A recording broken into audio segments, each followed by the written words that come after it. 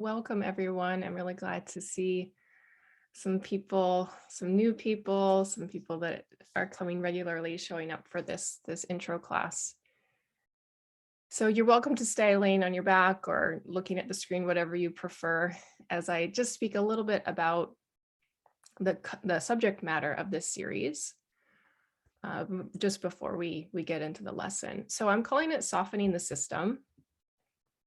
And of course, within these larger systems of the universe, the earth, our country, your neighborhood is your own bodily system, your nervous system, your musculoskeletal system, your digestive system, your respiratory system. And it's possible that you may feel that every week or every few weeks, there's some kind of overwhelming sense of collective anxiety, sometimes in response to a current event. And so that could be happening for you, and that starts to disrupt these systems. Or maybe after the last 2 years, your body has some kind of recurring or even pervasive sense that something bad might happen. And this is a maybe, right? But I think we all feel this sensitivity. Our bodies are sensitive to a collective anxiety or a collective response to different things. So this series is going to really focus on our individual bodily systems, but within this community, of course, online, and not in a way that we're focusing on fixing anything, but rather we're playing and expanding our own capacity for feeling ease in the body, which is not always easy to do or accessible for everybody right away. So looking for how to feel ease in the body, how to expand our capacity for pleasure, for curiosity. So we do that through this explorative process in Feldenkrais. I'll also be referencing Resmaa Menakem, who is the author of My Grandmother's Hands, which is this beautiful book. Many of you probably know of it. It offers an alternative view of the things that we could do to grow beyond the racial divide that is clearly amongst us. And he offers these somatic healing methods, as well as current research in neuroscience, to help us have a different understanding of how we can mend our bodies. And so when I was reading that book for the first time, I found it really interesting that some of the somatic principles that he worked with were showing up all of the time in some Feldenkrais lessons that I was studying. And so in his book, he touches on these somatic ideas in a pretty small, simple way. Like, here's a little tool for you, which we'll do a bit in this series as well. But what I thought would be interesting is to take some of the Feldenkrais lessons that I found were similar, almost identical to the ideas that Resmaa brings up, and work with those, because it's sort of expanding to more of an hour-long lesson, these ideas. So some of those ideas are understanding how breathing can be a change agent for the central nervous system, relaxing your hands to support the relaxation in the whole system, humming, relaxing the eyes, and rocking the body. So there's just a few themes that we'll play with. So I think that's all I want to say about the series itself. So we'll get into the lesson, and after the lesson, I'll leave the meeting up for conversation. We always have some time to process, to do Q&A, and you're welcome to ask questions also about the series itself, if that's something that you have questions about. So go ahead and lie on your back. And this is a lesson a few of you may have done before. It's one of my favorite lessons.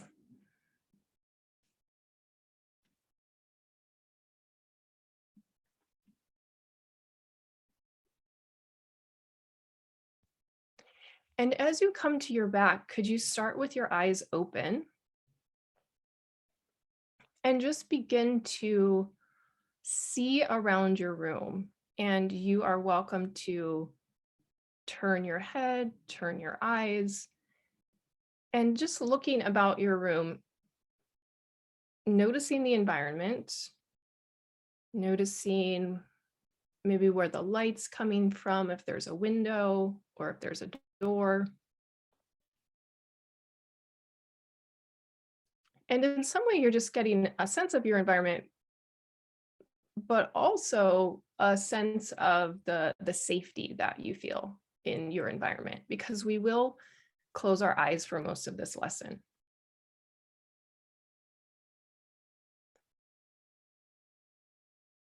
And notice what it's like to see around the room, what your eyes feel, the comfort of your neck.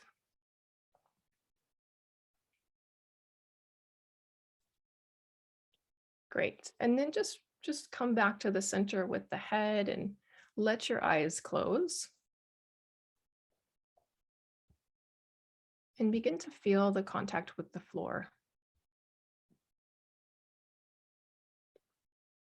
Really giving yourself permission to take up space in the lengthening direction from your heels, your toes, all the way up to the top of your head.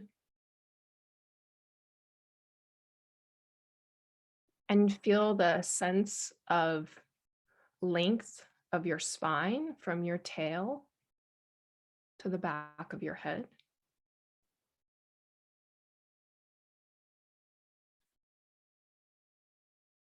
And then give yourself permission to take up space in this widening direction, feeling the weightedness of your pelvis settle, the back of your chest.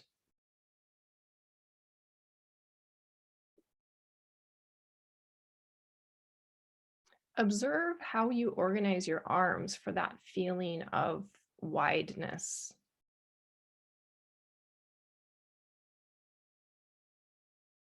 Allowing your shoulders to be wide from one collarbone to the other.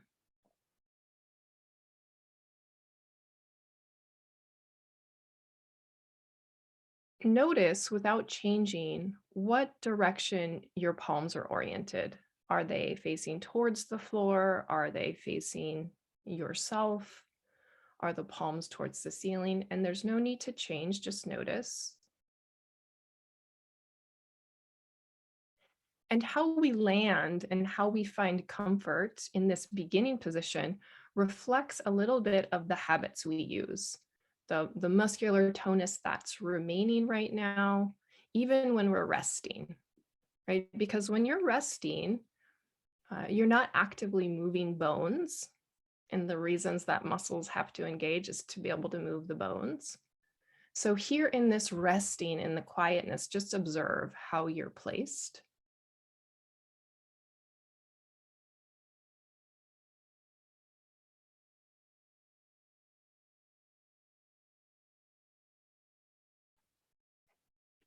Compare your right leg to your left leg.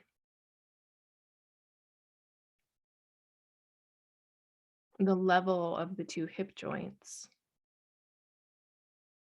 the way that you sense your structure can settle from side to side.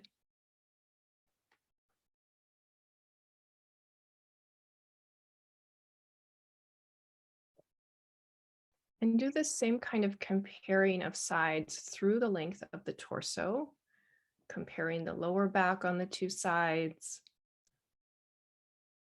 the back of your chest on the right and on the left.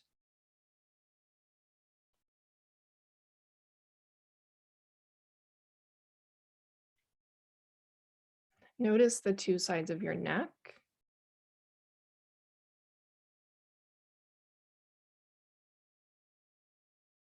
And then begin to bring awareness to the sensations of your face. Sense the inside of your mouth, the shape that the inside of the mouth is creating right now. Notice your upper palate, the sensation of your upper palate, and you're welcome to gently move your tongue to be able to feel the upper palate to help you get an image of the shape of the upper palate. And directly above the upper palate are your eyes.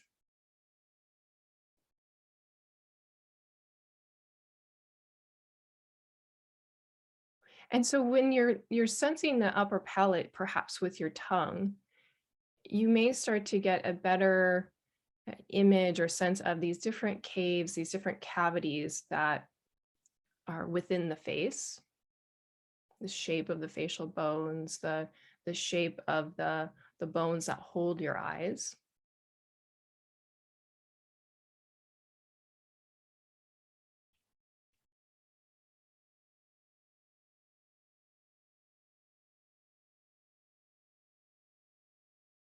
Great. And just begin to notice your breathing.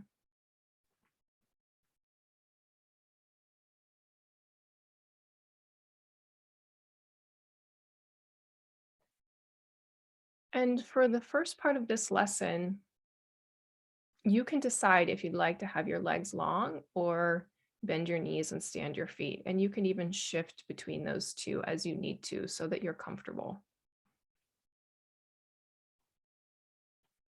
So bring some attention to your left arm, your left hand, and slowly start to roll your left palm so that if your palm is facing up, you just roll your left lower arm bone a little bit so that your left palm faces down. And you'll go back and forth like this smoothly and slowly, rolling the hand so that the palm faces towards the floor and then towards the ceiling. And moving slowly, slower than perhaps you are right now. Feeling the tone in the palm of the hand and the fingers, seeing if you can sense that the hand itself can stay relaxed as you do this movement. And noticing how the pressure changes on the floor.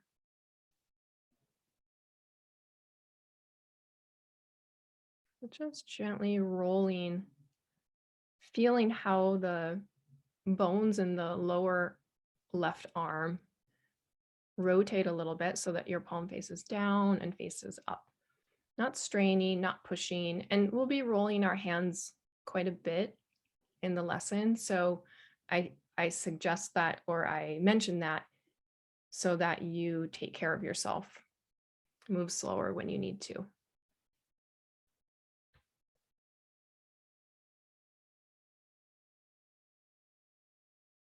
Great. And now just let the left hand pause the rolling, and just sense how your whole left arm and your left shoulder meet the floor, and compare that to the right arm, right shoulder, right hand. And just after that, see if you notice any kind of shift or change. Notice how the upper back on the left side meets the floor compared to the right. And then starting small, starting slow, begin to roll your right hand, turning the palm up and turning the palm down.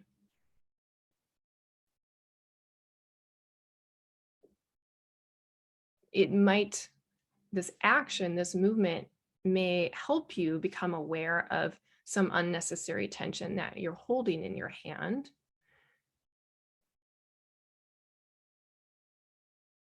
You may notice a big difference between the two arms, between the two hands. Of course, we all have different habits because of hand dominance. So you're looking to find a movement here with this rolling of the hand that feels somewhat regular. It feels somewhat easy. So that as you do it, can you also have awareness of your breathing?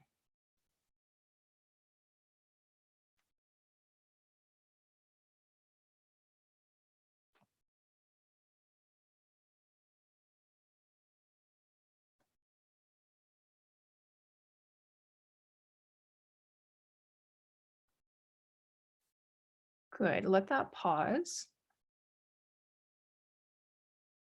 And now interlace your hands and place your hands on your upper abdomen, maybe your lower rib, somewhere where it feels easy to just place interlaced hands on yourself. And from here, can you start to gently roll your hands? So the fingers are interlaced in an easy way. And the fingers are not in the palms. So Betsy, can you take the fingers so that they're on the uh, top of the hand rather than inside? Yeah, that's right. Just like that. And so just rolling the hands on yourself. And so you may not roll the hands as far, but you're continuing to touch your torso. And at one point, your palms face a little away from your head, and then back to face yourself. And then the palms turn a little bit to face towards your head. And you're finding a way that you can do this comfortably. And you might need to change exactly where your hands are so the shoulders are comfortable. And as you do this, looking for the unnecessary effort in your hands, but also in the shoulders.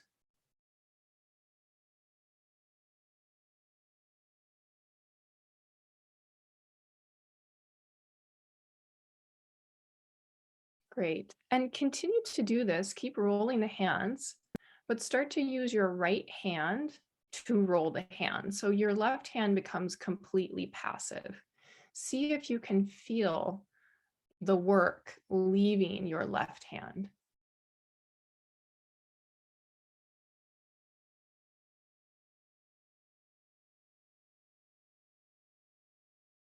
Soft fingers, soft thumbs.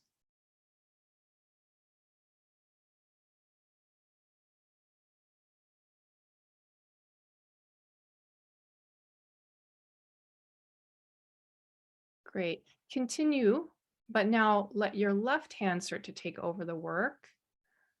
So your right hand becomes completely passive, and now your left hand is rotating both hands. The fingers are still interlaced, but you feel it's your left hand that's doing just the minimal amount of work to rotate your hands like this.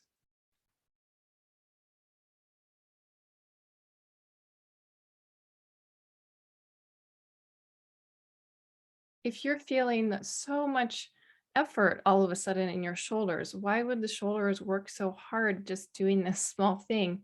And you feel like it might be helpful to put a little something underneath each elbow. Some people find use there if they put just like a little pillow or something underneath each elbow. For some people, the elbows meet the floor really easily here, and it doesn't feel like that would be necessary. Good. Now just see if you can equalize the rolling of your hands. So not one hand isn't passive or one hand active, but both hands are equal in their effort.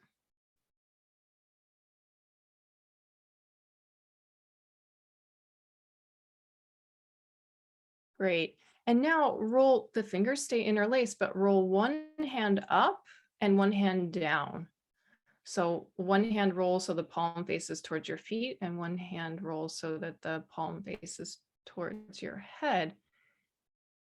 And the fingers soften, so you feel the fingers and the knuckles sliding around a little bit, almost like there's jelly between the hands, between the fingers, feeling the fingers move in different directions.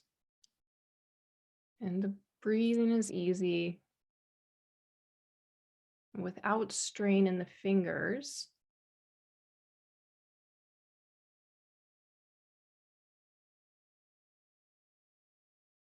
Good. And now go back to both hands moving in the same direction.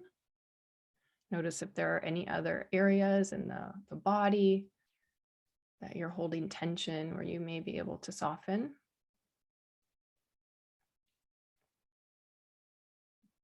And then start to roll your hands really quickly, like a little jiggle. So make it really, really small, very quick, nice and quick. Yeah, very fast right on you.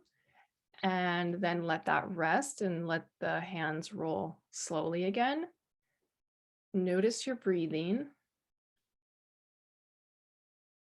And we'll do that again in a moment. As we do it, see if you can feel that the breath can stay slow, relaxed, as the hands are moving quickly. So when you're ready, start to move the hands quick, light, nice and quick on the body. Yeah, the fingers are still interlaced. And let that release. Great. And bring the arms down alongside the body. And just take a moment to rest and feel the contact with the floor.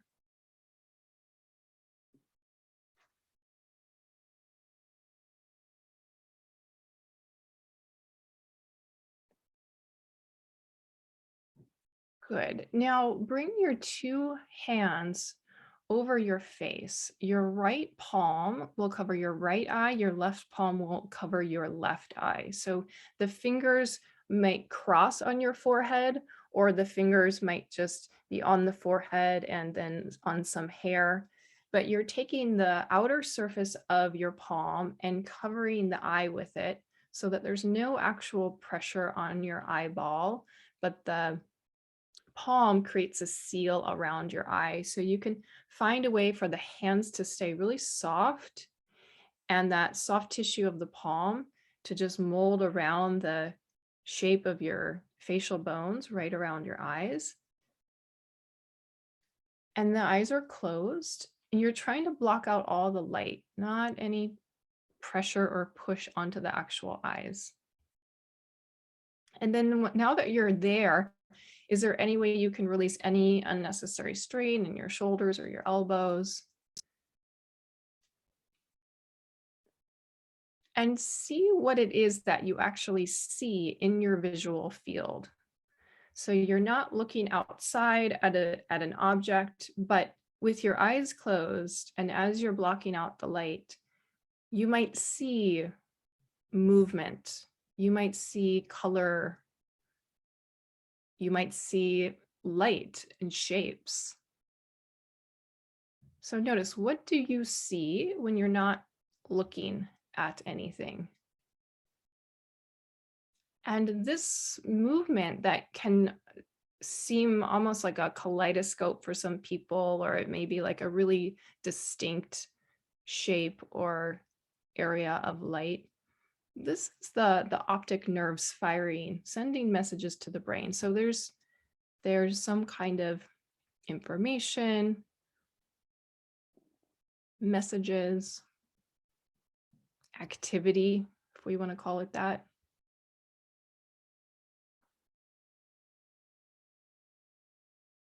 And just get a sense of the weight of your eyes here. Do you see any black, any dark spots?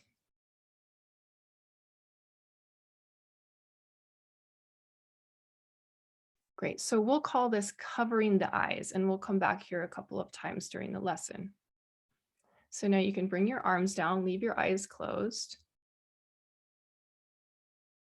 You're welcome to bend your knees, stand the feet, or keep your legs long. Interlace your fingers again, place the hands on the abdomen, upper abdomen area, and then switch the interlace of your fingers so they're in the non-habitual interlace. And with the fingers interlaced, begin to gently roll the hands like we've been doing, rolling the hands so the palms turn towards the face, and then the palms turn towards your feet, and finding a really gentle pace that suits you. Feeling there's a little bit of weight of your hands on your abdomen, kind of like you're rolling over a balloon, some soft tissue. And continue to roll the hands, but lift your left elbow off the floor. And feel how this changes how you sense the back of your chest lying on the floor. how much work do you really need to do in your left shoulder to have your left elbow lifted? So looking for freedom there, looking for a way to make it easier for yourself.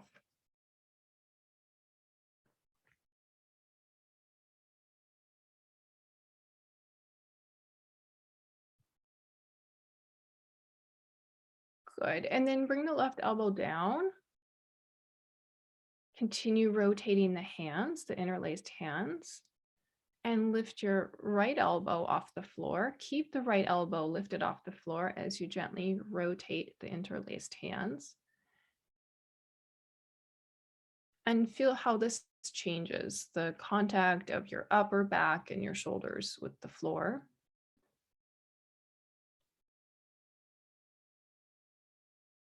Can you relax the tongue or the jaw?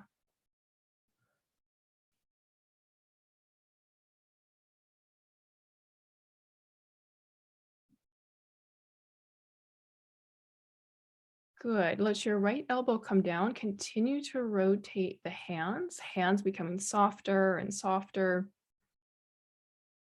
And start to bring the interlaced hands in front of the sternum. So in the air, maybe 6 inches or so right in front of your sternum, your breastbone. See if you can have a straight line between the two elbows so you're not bending at the wrist. So if you draw that straight line from one elbow to the other, that will tell you how far away your interlaced hands are in front of the sternum, and continue this rotation of the palms.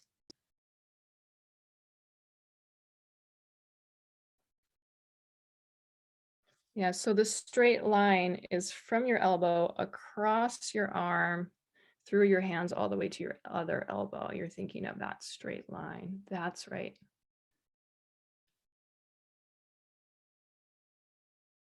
And as you do this, can you sense the weight of your upper arm bones, the weight of your shoulders being supported by the floor?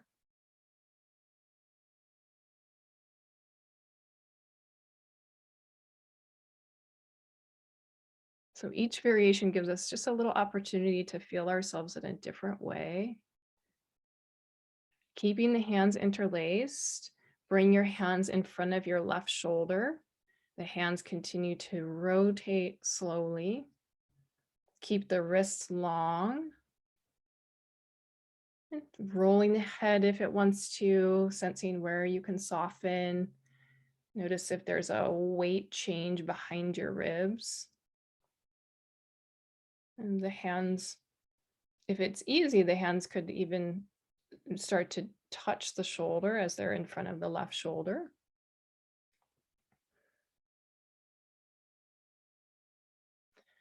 And continue rotating the hands and just start to let the hands come back through center so they travel in front of your sternum. And then the rotating hands come over to your right shoulder and they pause in front of the right shoulder, continuing to rotate and just feeling what happens on this side. Try not to stop rolling, even if the movement of rolling the hands is really small.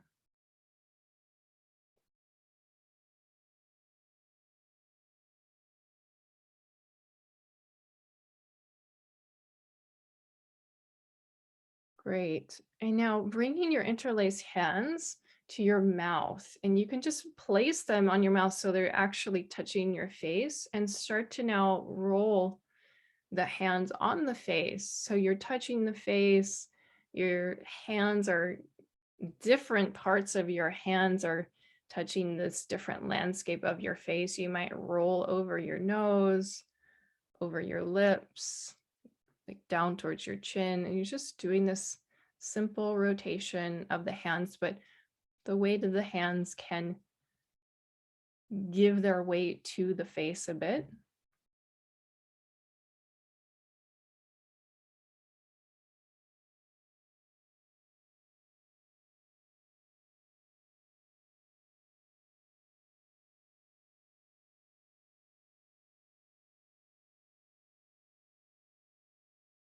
Great. Okay, let's let that rest. Take your arms down.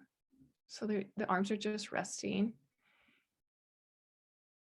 And you can always rest the arms before I cue a rest. So if something was starting to fatigue, and as you were looking for those places of unnecessary efforting, and if you felt like there was a lot of fatigue and then thus more efforting, that's a cue that you're listening for. And before I propose a rest, then listening to that cue of your body and just taking a pause, taking a rest, and then coming back.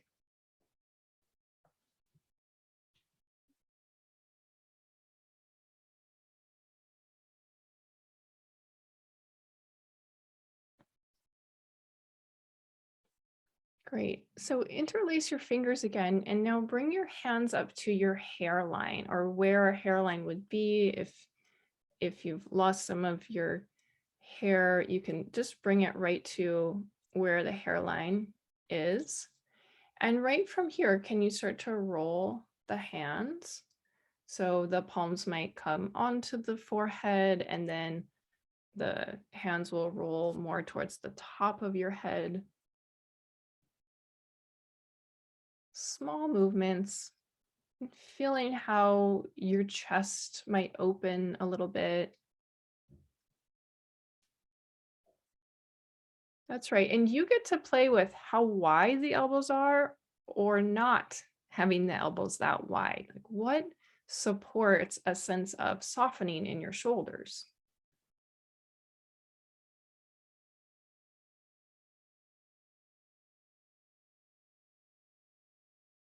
Good. Now bring these interlaced fingers behind your head so that the back of your head rests in the palms of your hands, your fingers stay interlaced. Again, you get to choose how wide or not wide your elbows are. And just pause here. The eyes are closed still. This area that your hands are holding is really interesting because it's where your visual cortex is. So it's the area of the brain that builds patterns. So the light comes in through your eyes, and then there are some different networks, information is sent to this part of the brain, and it starts to build the image of what you see. So you can think of this area where your hands are touching as a part of the body that can actually see something. Definitely a part of our visual system.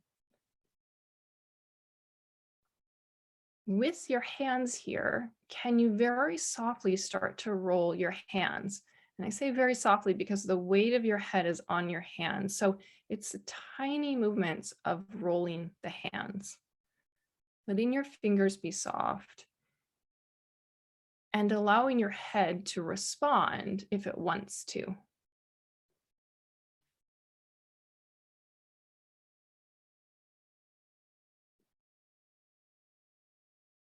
Feeling the jaw relaxed, sensing your breath.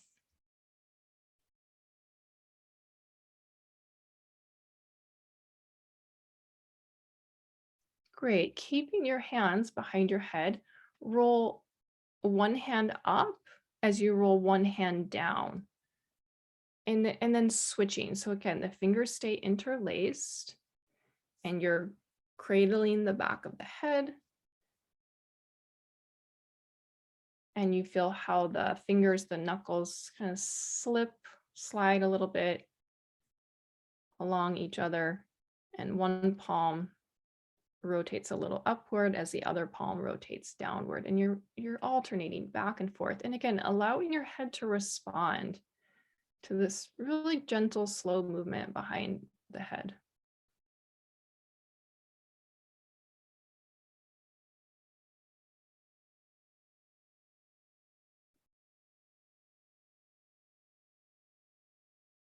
Great. And then just go back to rolling your hands in the same direction.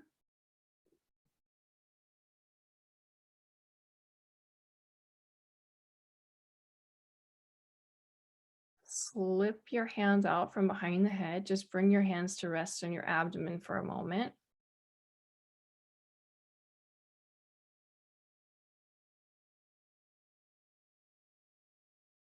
Bring your palms to your eyes and cover your eyes when you're ready. And feel how soft your hands can be. Can the softness of the hands start to teach the eyes to relax?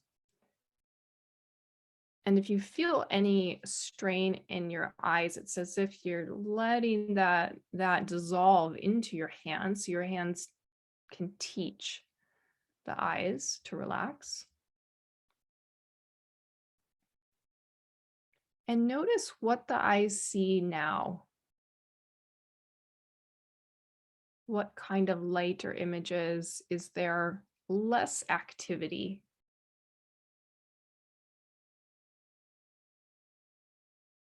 Right? The eyes have this round shape, there's a weight to them. They are full of a almost jelly-like or honey-like substance. So you can think of the eyes full of this thick honey that gives them weight, and they can sink back into that bony cavity towards the visual cortex, the back of the head. And the eyes are completely protected, completely safe. Feeling what it's like to let the eyes float, surrounded by fluid. And then noticing what is in your visual field now, and has it changed at all from when we began?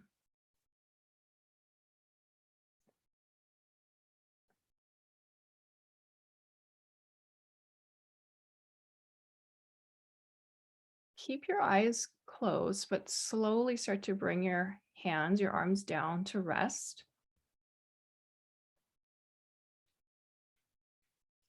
And just sense your face, feel what the sensations of the face are now, what your eyes feel like now.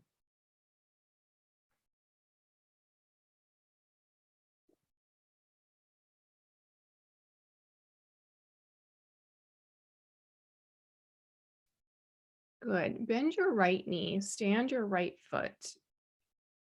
Have your left leg be long. So if your left knee was bent, straighten your left leg so that your left leg is long. And just let that left leg relax. And begin to push your right foot just a little bit into the floor, and then release that push of the foot into the floor.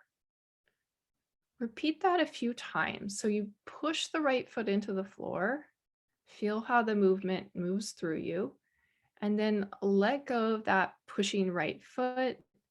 Pause to feel the weight settle, and then repeat again. And slowly, as you push the right foot into the floor, finding a way that that pressure of the right foot into the floor can start to turn the pelvis a little bit so that the weight shifts a little bit to the left. You might feel a slight turning of your spine. And then when you let go of the pressure of the right foot into the floor, the pelvis comes back to the middle, and you really give a moment to pause and let everything settle before you repeat again. And feeling how this simple movement of pressing the foot, this very simple way, affects the movement of your spine. So when you push the right foot into the floor, it's like you're pouring water, pouring something to the left.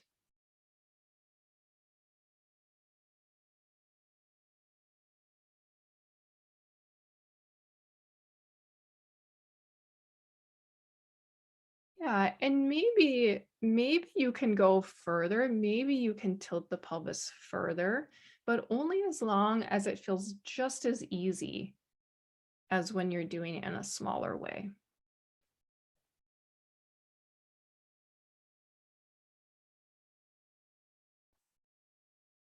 Great. Let that relax, but keep your right foot standing. And feel your long left leg.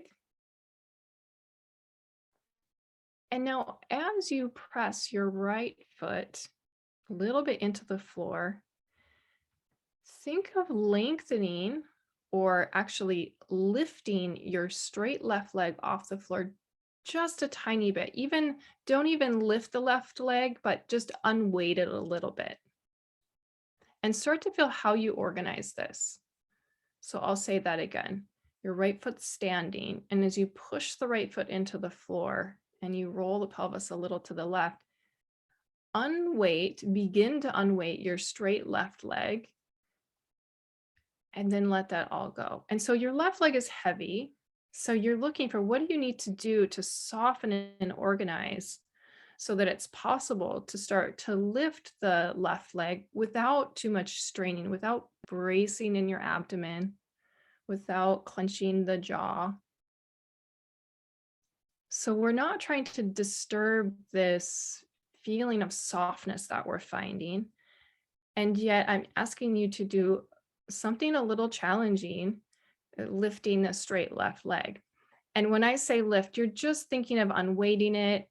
The most you might lift it is enough that I could slide a really thin piece of paper underneath your heel, your left heel.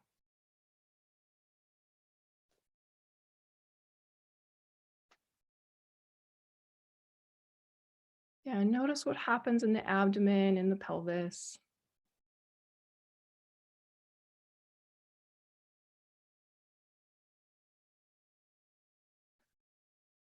Great. Okay, let that rest. Take your right leg long for a moment.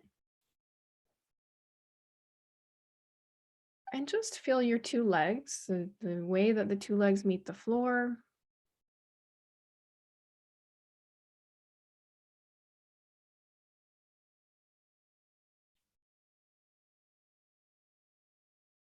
Bend your right knee again, stand your right foot. And interlace your hands and place your hands near the top of your left leg, near the front of your left hip joint, someplace you can reach easily. So the hands are interlaced, and begin this really slow, easy rolling of your interlaced hands right in front of your left hip. The hands can be touching your body, inviting the hands to soften again.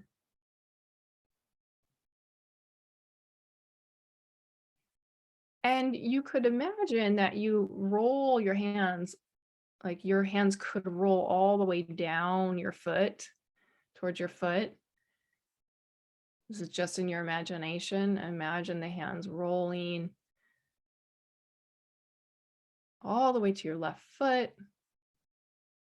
And then imagine the hands roll from your left foot all the way up to your head. Your hands are actually rolling on your left hip, but as they're rolling, you can imagine them moving down the left leg and back up the left leg.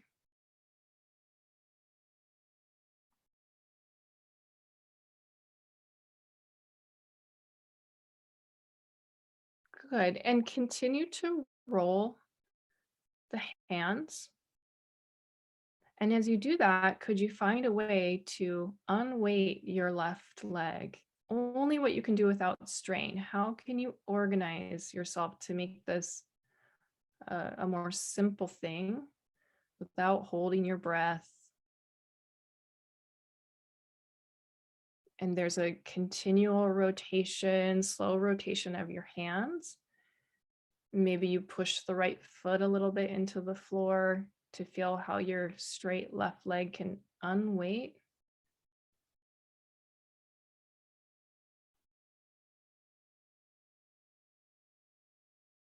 Good, great. Let that go. Rest, bring your arms down, take your right leg long. And just start to sense your two sides.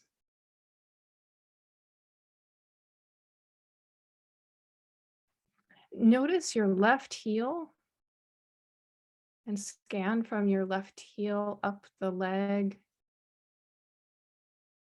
Notice how the left side of your pelvis meets the floor, the left side of your lower back, the ribs on the left side, the left shoulder.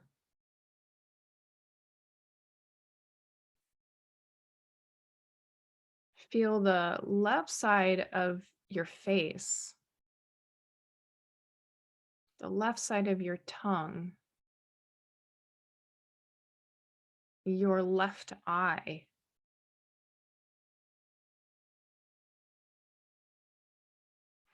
Feel the way the quality of your left side relates to the way your left eye feels.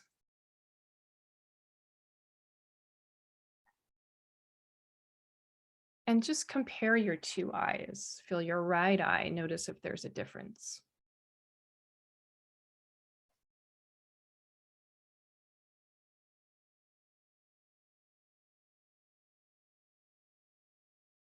Okay, now bend your left knee, stand your left foot, keep your right leg long. And a few times press the left foot into the floor. Really feel how the left foot meets the floor. And it can be small, doesn't have to be a really forceful push. You push the foot and then let it go. And feeling how this push of the left foot can help support a shifting of weight over to the right side, pouring the weight towards the right pelvis.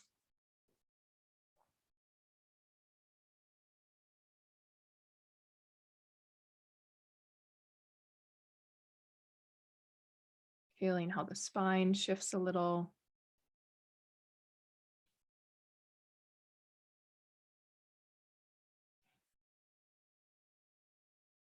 And continuing to push the left foot into the floor. But now, just in your imagination, imagine that you'd like to unweight the right leg. And so, feeling as you actually push that left foot down, feel when would it make sense for you to start to lift the right leg?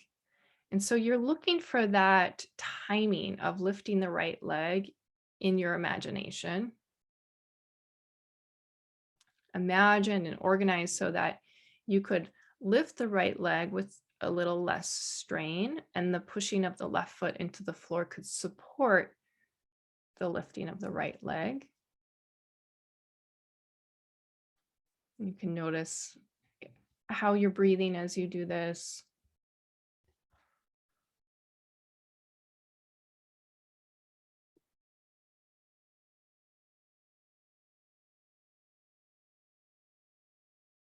Good. Pause. Keep your left foot standing, but feel both sides of the pelvis rest into the floor. Interlace your fingers and bring your hands in front of your right hip. And slowly begin to roll your hands. And maybe just first you notice how the hand movement affects your arms and your shoulders, your chest, your neck. So how could you make this rolling of the hands easier? You don't have to push the hands away or open the palms. Your fingers stay in this super soft, relaxed position. So never are you opening and pressing the palms.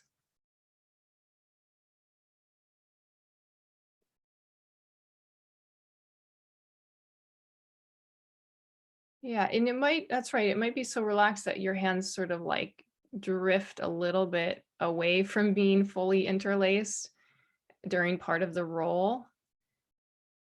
And then they find the interlace during another part of the roll.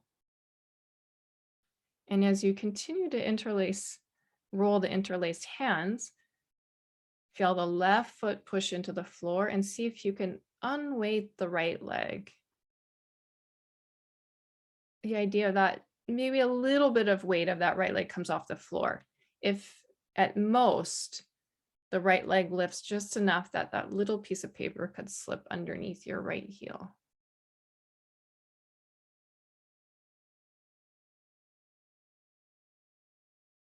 Feeling that sense of how to organize, keeping the hands rolling. And keeping the hands rolling because you found a way that the rolling hands can feel so soft and ordinary. So if the rolling hands don't feel soft and ordinary, maybe pause and feel how you could make it even more simple, so light.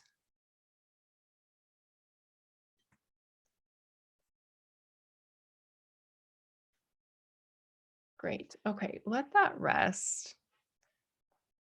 Bring your arms down, lengthen your left leg.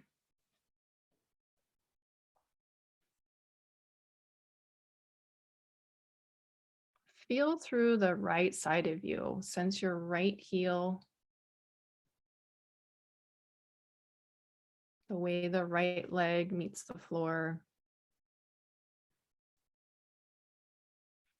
the right side of your pelvis,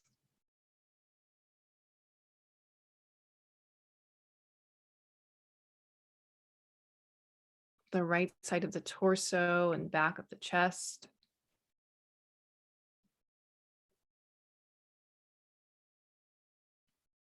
the right side of your neck,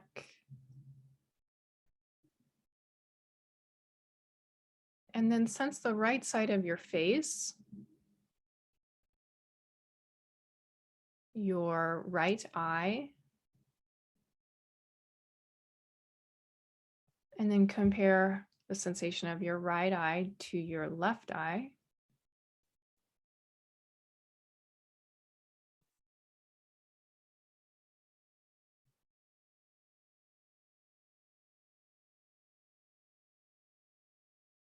And bend your knees and stand your feet. Bring both hands to cover the eyes. So again, there's no pressure on the eyeballs. The outer surface of the palm creates a seal around your eyes. And feeling the eyes, sphere like shape that's weighted but is floating within a fluid that surrounds it, like lilies floating in a warm pond that are just sinking back.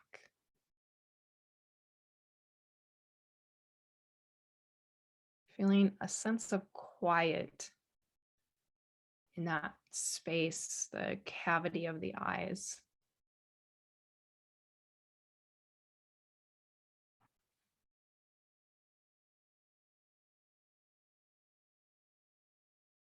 And noticing again, what do you see now? Do you see any areas of black or dark spaces?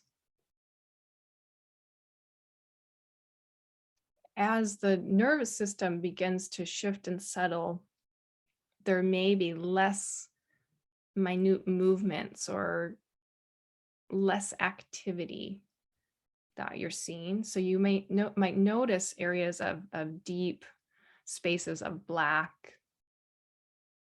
like you're looking out into a very dark midnight sky.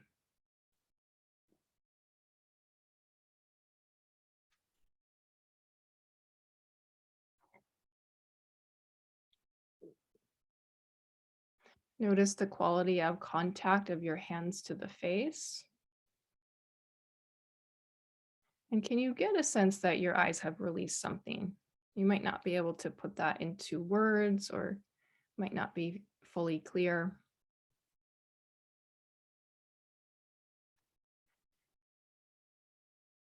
Keeping your eyes closed, slowly start to move your hands away from the face. Check in on your breathing.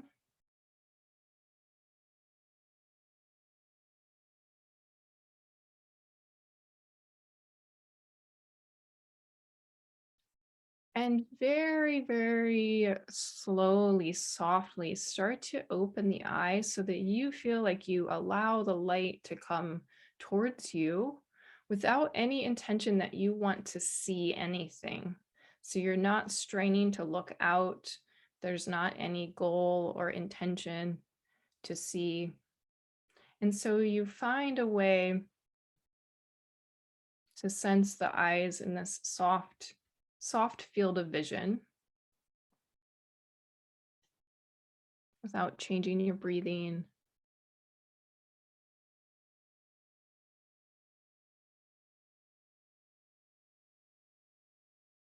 And then seeing if you can find a way to look at the ceiling, which you're probably doing, but without changing that tone of the eyes. And that spot on the ceiling that you're looking at, imagine that spot is blurry. And now, if you normally wear glasses and you took your glasses off, the spot might be blurry for you. Or maybe you've been looking at a computer for a long time. So take a moment, and if you imagine that spot's blurry, you would strain in some way to see that spot to get the details you're trying to see. And so just try that for a moment. See what that's like, and then let it go. So do that action with the face, whatever you might do to just strain a little bit to try to see the details. Notice what it does to the neck, the jaw, your breathing. And then you let it go and you let the eyes go back to that more empty space.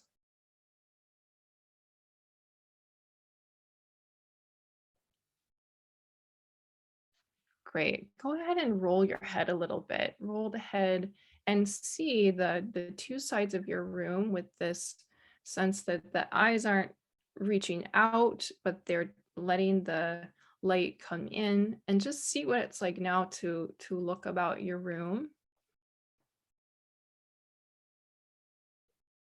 Noticing the quality of the body, of the whole body.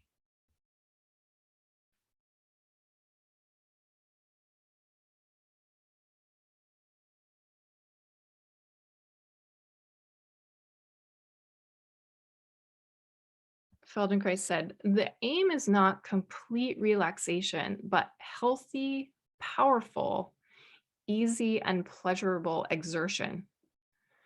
The reduction of tension is necessary because efficient movements should be effortless.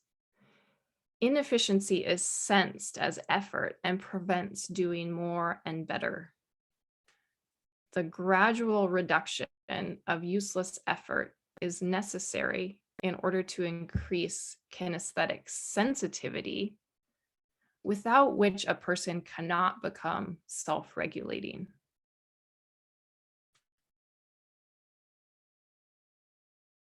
So can you gather your limbs? Your knees are probably already bent. Roll to your side. As you roll to your side, bring your eyes with you within these bowls that they're housed in. See if you can keep the soft tone in the eyes and come up to stand, maintaining some kind of awareness of the eyes as you come up to standing. And you can feel what it's like to stand with this different sensation in the eyes. And that's a maybe. Maybe you do, maybe you don't feel a different sensation in the eyes. And also in standing, you can feel the weight of your eyes, different orientation with gravity, or maybe a different kind of presence that they're being supported. Maybe the muscles around the eyes don't feel like they need to hold. And then just being receptive to anything else you feel in standing, the weight of your arms. And you can take this into walking. Just what is it like to walk with this different quality of seeing?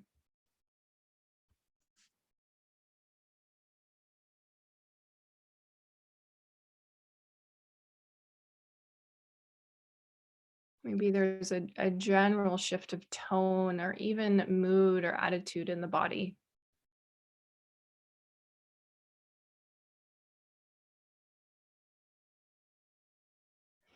And I say that, and I just also want to say that this is a really nuanced, subtle lesson. And so there might also be a sense of, uh, you know, I want to move bigger, or you sort of might have this desire to do something more or different. So if that's there, just really notice it and honor that, whatever it is that's showing up. Okay, so I'm gonna leave the movement lesson there. You can keep sensing and working with that. I will leave the meeting up for conversation.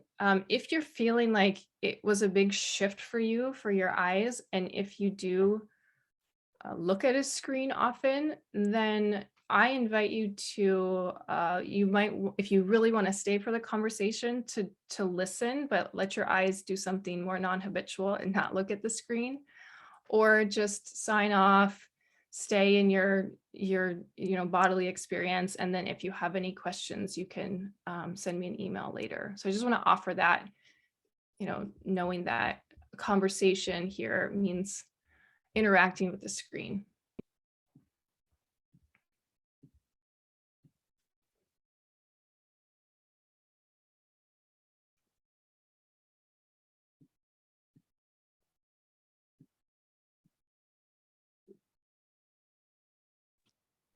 Thank you very, very much.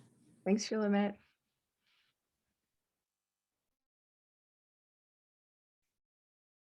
Okay, so anybody have questions or sensations? Anything they want to share? Sandy, yeah.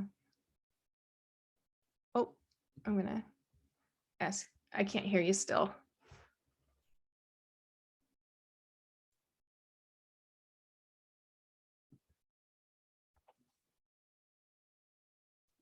Sandy, do you want to try that again? You were muted. Oh, no, I said my whole screen changed and I don't see how to mute or unmute or anyway, I'm saying goodbye. Oh, okay. Bye, Sandy. Thank you. Uh,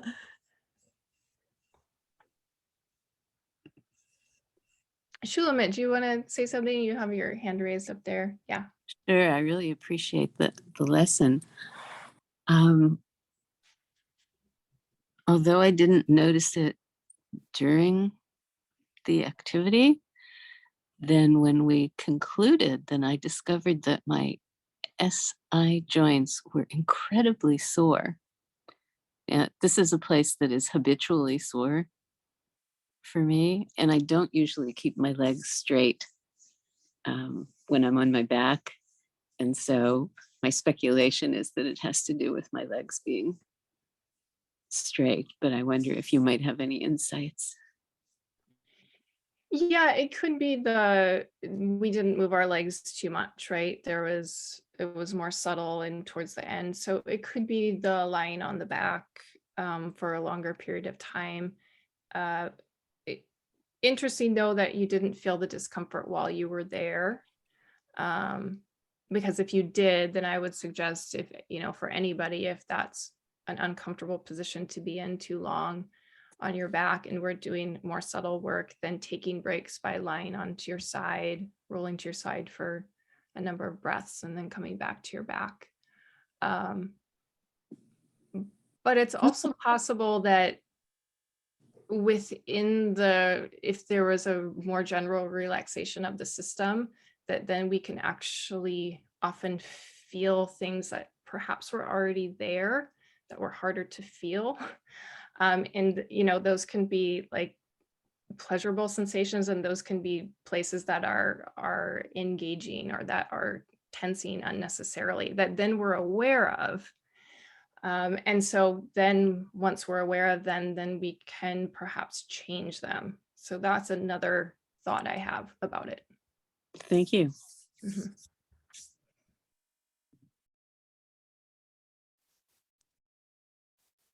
Anybody else have thoughts about the lessons, questions?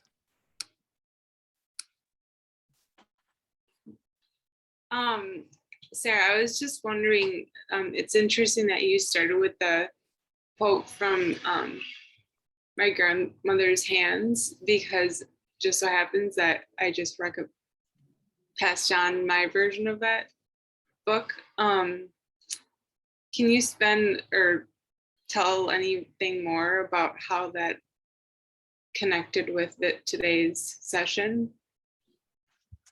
Yeah, sure. So, in the book, there's a number of somatic practices that he speaks about. One of them is working with the hands. And so today's lesson, the working with the hands, and this could have been successful or not for people, but that continual movement of the hands as a way to start to bring a softness to the hands, and thus a softness to your whole system, because our hands take up a lot of space in our brain. Like there's a lot of real estate for our hands in our brain. And so when our hands start to relax a little bit more, then we can start to feel a softening through the whole self. And then using the hands then to cover the eyes, so that we can kind of use the intelligence of the hands, which I think everybody can feel, this sort of like different kind of cellular intelligence that we have in our hands, to communicate with the eyes. And how that relates directly to some of his tools. I guess what I was speaking of before the lesson was how he brings about some kind of more small, and I don't want to say simplistic or like even reductionist ways of paying attention to the body. And here we're really kind of like going deeper, diving deeper, opening it up. What are some different ways?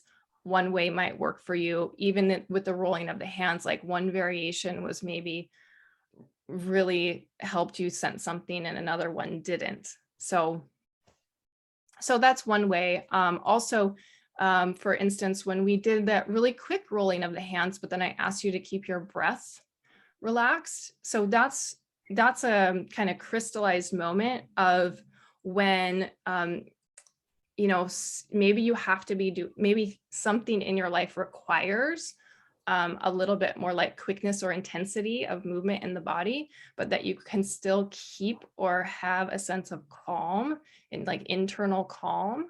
And so that was like a little moment there that is a practice there to try to keep the breath soft within something that's like quicker or a little bit more active. Cool. Yeah. Thanks. Mm-hmm.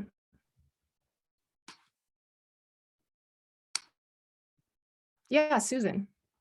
So Sarah, I was wondering, two questions. One related to the hand rolling.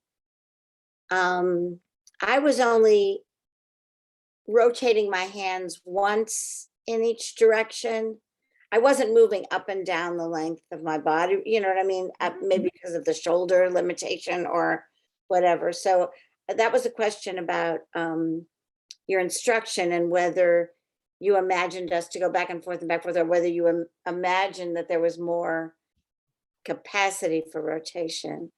And then the other question I had was whether there was a shortcut, if you will, if you wanted to access that hand awareness in the middle of your day or something, and you weren't laying on the floor necessarily, how might you how might you do another version, or is there a way to kind of do it in a less intense way but still be reminded? Do you know what I'm asking? Yeah, absolutely. And that's something I want to play with this series is then taking what we're doing in this longer form and like finding a way to just find small moments of the day, little things. So I was not expecting you to be rolling your hands up and down, but really just wherever they were, right? Just rolling. And it could even just be like this much. It could just be that much. And that's all we need for what we're doing here. The idea wasn't to find any kind of extra mobility for your hands or your shoulders, right? It's actually the movement, that easy, like feeling the movement of the hands. How could I make that softer? What's really necessary? And do I need to make it even smaller? What if I do make it smaller? Oh, then maybe something can soften even more. And it's actually that the making it easier, smaller, softer, that's changing the whole nervous system. Again, it's not like how far we're actually moving the hand or the capacity. So hopefully that was somewhat clear. I'm sorry if it wasn't, because that's like pretty core to the lesson. And so then to your other question, I think that truly like what I just did, like putting your hands in your lap, Yeah. feeling them and going like, oh yeah, my right hand's more tense than my left hand. Okay, oh yeah, as I do this, as I bring attention to my hands, it maybe brings attention to the arms and the shoulders also. Maybe the shoulders can soften. And then, okay, so what if I do just move my hands, like just begin that tiny rotation, tiny, super small. And as I'm doing that, scan the arms and scan the shoulders, like, oh, can I keep my shoulders soft as I'm doing this? Can I sense my breath as I'm doing this? And that it could be a 2-minute exploration. Thank you. Yeah, that's helpful. Thanks. Yeah, you're welcome. Thanks, Susan. Great questions. Yeah, Betsy. This was really a powerful lesson for me in a number of different ways. I feel like even when I was moving in a really tiny way, the sense I had was really big. Like I felt like there was an ocean inside my body that was just, the waves were not crashing, but just really big swells. And I've experienced that before, but it just particularly today. And I want to report that when you had us at the very end looking at the ceiling and like just quickly focusing and then unfocusing and focusing, it really helped me to see how much most of the time my eyes are, it's like I have this sense of there being stems and my eyeballs are out of my body seeking something. But even now they're in my body and I feel like I'm seeing things, but I'm not even really focusing. And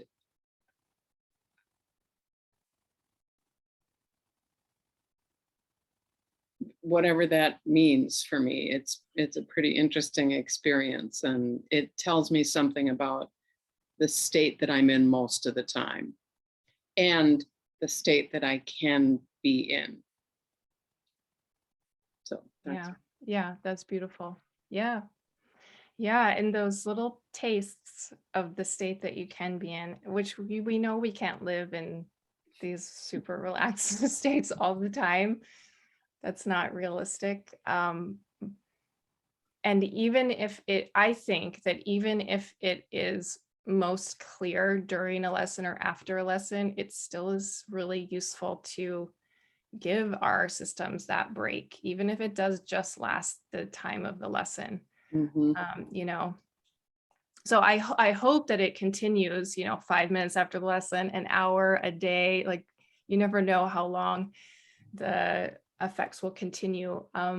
But even that kind of hour break, I think, can be a really nice reset. Yeah. So thanks, Betsy. Anybody else have thoughts?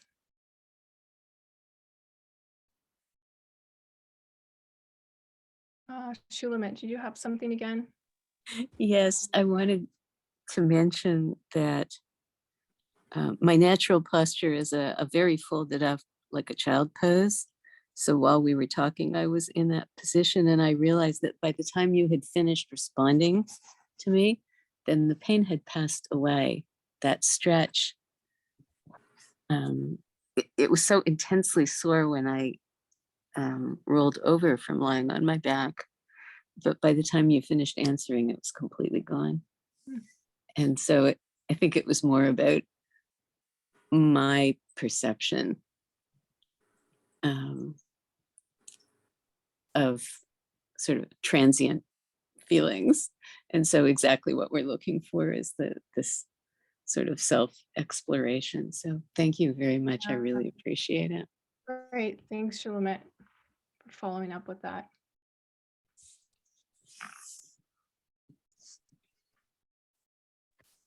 Great. Sarah, as far as the session that's coming up, not that you need to, but will you be sending out another email about it, or? Yeah, okay. Yeah, I'll send out another email about it. It starts, the first lesson will start on Wednesday. It'll be like I normally do, where I teach the lessons twice, once on Wednesday, once on Sunday.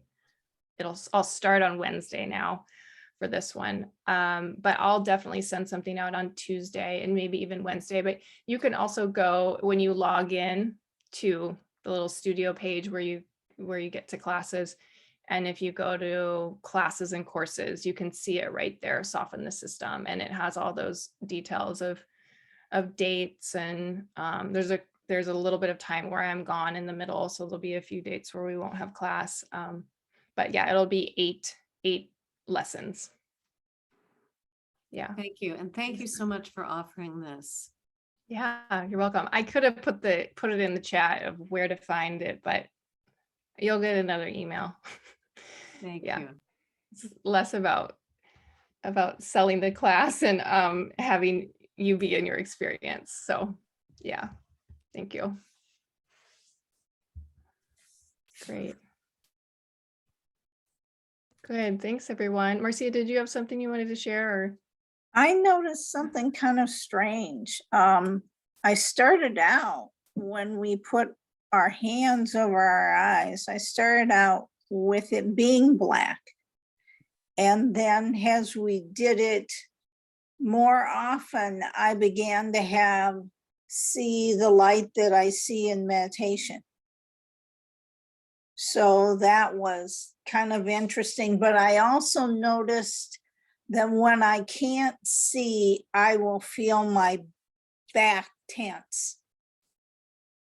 So that there's a fear or an anxiety about not being able to see. And when you say not being able to see, is that with your eyes closed? Does that mean like if your eyes closed? Right.